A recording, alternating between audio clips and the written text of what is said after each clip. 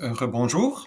Euh, c'est la suite de la formation du module 3 sur les fonctionnalités graphiques de Karuta 3.0. Donc, on va ensemble regarder un exemple assez complet là, de toutes les possibilités graphiques de Karuta. C'est le portfolio de la pandémie. Donc, ici, je suis en mode designer et vous voyez que c'est un portfolio quand même assez complet en termes d'utilisation de graphique. Ici, on a évidemment une pleine image. Il y a ici une ressource texte qui vient compléter l'image. Ici, on a les trois blocs d'explication. Je vais mettre en mode euh, lecture seulement pour que ça soit peut-être plus simple de visualiser ce qui se passe. Donc ici, on a ça. On a ici... En fait, l'objectif du graphisme, c'est d'essayer de donner aux participants, aux étudiants, rapidement le sens là, du portfolio. Donc ici, on pose un certain nombre de questions, on met des images. Donc ici, il y a une sous-section qui chapeaute, dans le fond, trois sous-sections. Qui chacune, bon, il y a le libellé de la sous-section, il y a une image, il y a une ressource texte. Il y a un bloc ici, information. Si je me mets en mode étudiant, bon, c'est pas nécessaire, mais on a un bloc information avec trois colonnes. Et ici, on a les compétences là d'apprentissage tout au long de la vie. Donc, même chose. On a une espèce de sous-section principale, ensuite trois sous-sections pour chacun des blocs ici, avec des images du texte. Et vous avez vu ici, l'enlignement est un petit peu différent. Comment ça a été fait? On peut être astucieux. Je me remets en mode designer.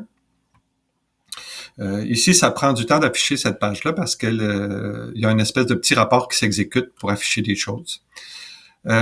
Ici, ce qui s'est passé, c'est que vous vous rappelez, on avait permis d'avoir des colonnes qui ont des largeurs qui sont pas les mêmes. Ici, ce qui s'est passé, c'est qu'il y a une sous-section qui est vide et elle a comme largeur 2/12. Ce qui a permis, en fait, de déplacer un peu les deux autres sous-sections qui, elles, sont de largeur 4/12. C'est ça.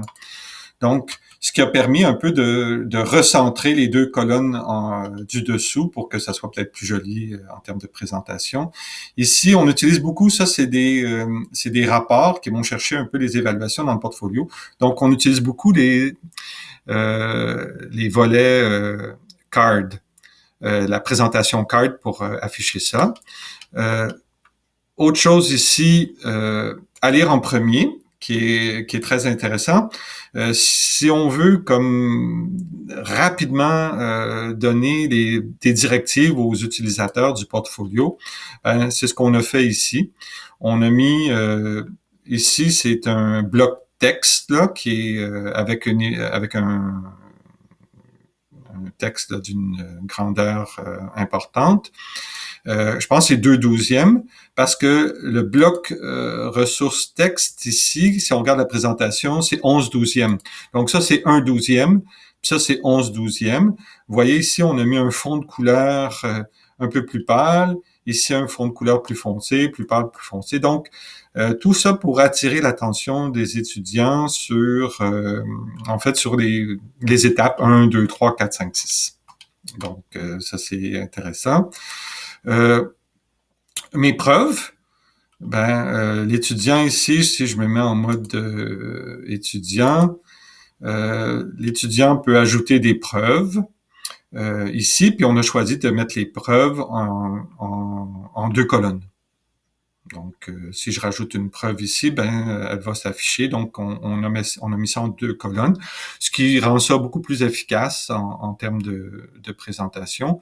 Ici, il y a une section qui est complètement grisée avec le type de preuve qu'on explique, puis des exemples de preuves.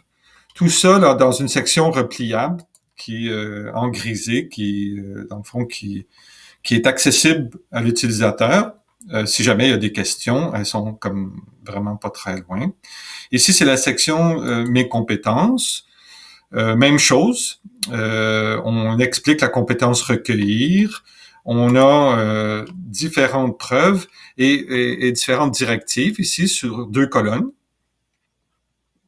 C'est la même chose ici si je me mets en mode designer sur cette page-là. Vous allez voir ici que ici on est en mode la grille d'évaluation, on est 5/12e ici. Donc ça c'est 5/12e, 5/12e, ça fait 10/12e, 1/12e, 1/12e.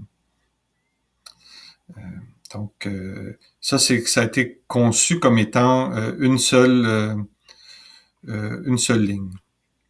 Ici on a des cards pour expliquer un peu les niveaux d'évaluation.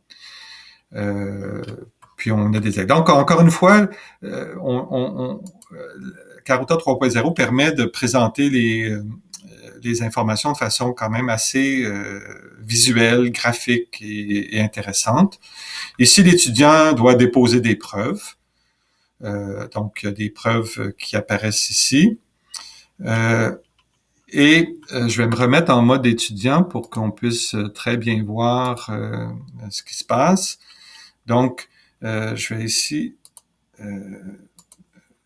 éliminer cette section-là. Donc, les preuves sont en mode card, mais aussi l'évaluation. Puis moi, j'ai trouvé ça vraiment intéressant de mettre les évaluations de cette façon-là, parce que quand on ajoute une évaluation, c'est très facile de voir sa progression. Parce que dans ce portfolio-là, l'étudiant avait la possibilité de faire plusieurs évaluations. Il y a des dates. Et l'étudiant peut voir sa progression. Donc, c'est sûr qu'on aurait pu le faire de façon verticale, mais il y avait beaucoup d'espace perdu.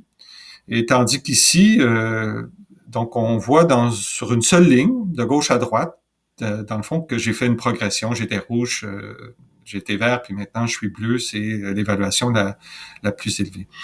Donc, Karuta 3.0 permet de faire quand même des choses assez intéressantes, relativement facilement. Donc, encore une fois, la clé de Karuta 3.0 en termes d'affichage, c'est la notion de bloc. En fait, les sous-sections sont comme des blocs et on peut avoir des blocs à l'intérieur de blocs. Donc, c'est ce qui permet de créer, par exemple, les 3 colonnes qui sont ici. Karuta permet aussi de donner des couleurs dans des blocs. Donc, les blocs ont des propriétés. On peut comme mettre des couleurs de fond sur tout un bloc, si on veut.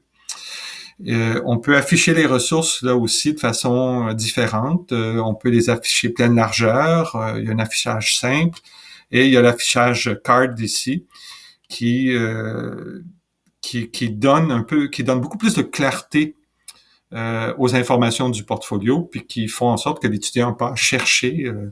Tout est relativement beaucoup plus accessible et beaucoup plus clair. Donc voilà l'exemple, un exemple, il y en a plusieurs autres, de possibilités d'affichage avec Karuta 3.0. J'espère que ça a été utile. Mais sinon, vous avez vraiment beaucoup de possibilités maintenant de présenter les informations de la façon la plus intéressante possible pour vos utilisateurs de portfolio. Ben, merci.